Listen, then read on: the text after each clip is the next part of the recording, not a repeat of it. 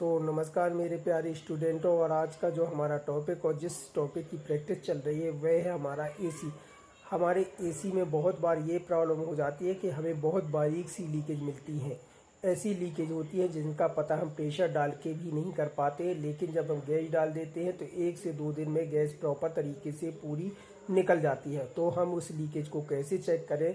जैसे कि हमारे पास ये स्प्रेड एसी आया हुआ है और इस स्प्रेड एसी में ये हो रहा है कि 2 दिन पहले हमने इसमें गैस रिफिलिंग की थी और गैस रिफिलिंग करने के बाद इसकी गैस पूरे तरीके से निकल चुकी है। जहाँ पे हमने निकलने के बाद इसकी जो कूलिंग कॉयल है उसका भी प्रेशर दे के प्रॉपर चेक कर लिया तो वहाँ पे कोई लीकेज नहीं मिली। उसके बाद हमने इस एसी की कंडेंसर जाली को निकाल लिया है और कंडेंसर जाली में भी हम लीकेज को चेक करेंगे। जहाँ पे हम देखते हैं कि कंडेंसर जाली के दोनों पॉइंटों में हमने एनआरवी वॉल को ब्लीच करके प्रॉपर तरीके से फिट कर लिया है और फिटिंग करने के बाद एक साइड हमने एनआरवी वॉल को बंद कर दिया है और दूसरे साइड से हम इसमें प्रेशर डाल के चेक करेंगे कहीं कंडेंसर में लीकेज तो नहीं है। तो देखिए, जैसे कि हमने इसमें प्रॉपर तरीके से प्रेशर डाल देते हैं और प्रेशर डालने के बाद हम इस टब का इस्तेमाल करते हैं जहाँ पे हमने इसमें पानी डाल दिया है और कंडेंसर कॉइल को हमने इसके अंदर डाल दिया है। इसके अंदर डालने के बाद इसमें हमने प्रॉपर तरीके से प्रेशर को भी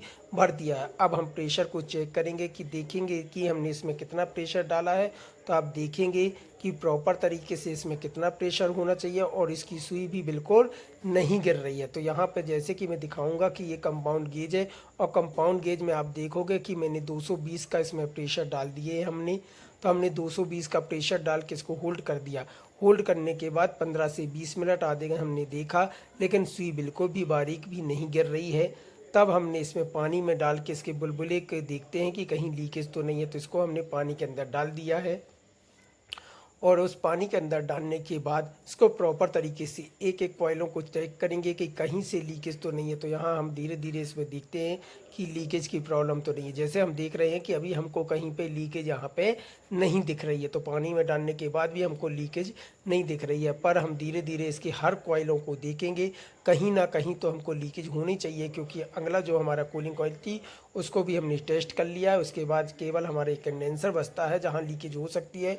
तो जैसे कि हम देखते हैं कि ये हमको बारीक सी लीकेज मिल चुकी है, यानी जो हमारी ये कॉइल है वो तीसरी वाली कॉइल में लीकेज की प्रॉब्लम हमको मिल चुकी है, जहाँ से गैस हमारी बाहर यानी लीक हो रही थी।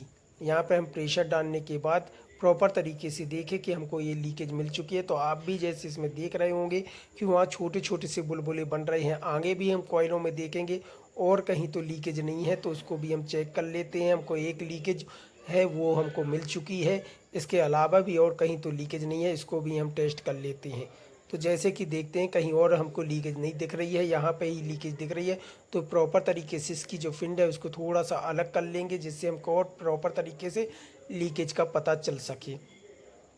तो आप भी अगर आपको ऐसा लगता है कि किसी आपकी कूलिंग कॉइल या कंडेंसर या कहीं लाइन में लीकेज है, तो ऐसे पानी में आप इसको टब में डाल दीजिए और आसान तरीके से आप लीकेज का पता कर सकते हैं। कि देखिए, जैसे कि आप देख रहे हैं कि यहाँ पे कैसे आपको प्रॉपर तरीके से लीकेज और बुलबुले बनना दिख रहे होंगे। जैसे कि आपको ये दिखने लगे, इसका मतलब आपको लीकेज मिल चुकी है। फिर भी आप प्रॉपर तरीके से पूरे सेक्शनों को चेक कर लीजिए, कहीं और तो लीकेज नहीं है।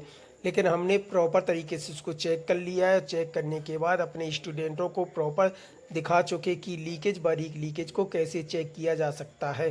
तो आप भी अगर सीखना चाहते हैं, हमारे पास है AC, fridge, washing machine, motor winding का कोर्स, वो भी फुल प्रैक्टिकल। तो जुड़िए हमारे इंस्टीट्यूट टेक्निकल वर्ल्ड जबलपुर से, जहाँ पे हम आपको फुल प्रैक्टिस और A to Z सारी चीज़ें सिखाते हैं। जैसे कि हमने हमें स्टूडेंटों को प्रॉपर तरीके से लीकेज चेक करना बता रहे हैं। जहाँ पे हमें यहाँ पे एक लीकेज मिल गई है, उसके बाद हम इस साइड को भी पलटा के देख लेते हैं कि यहाँ पे भी तो लीकेज नहीं है। तो इसको पलटा के हम चेक कर लेते हैं और ये देखिए प्रेशर को भी हम चेक करते हैं। तो जितना प्रेशर हमने डाला था सेम प्रेशर इसमें पड़ा हुआ है। इस साइड भी हमको कोई लीकेज नहीं मिली है। तो प्रॉपर इसमें एक ही लीकेज थी, जो यहाँ पे लीकेज थी। तो इसकी हम ब्लीचिंग करवा लेंगे और इसको प्रॉपर तरीके से सही कर लेंगे, क्योंकि ये जो हमारी कंडेंसर कॉइल है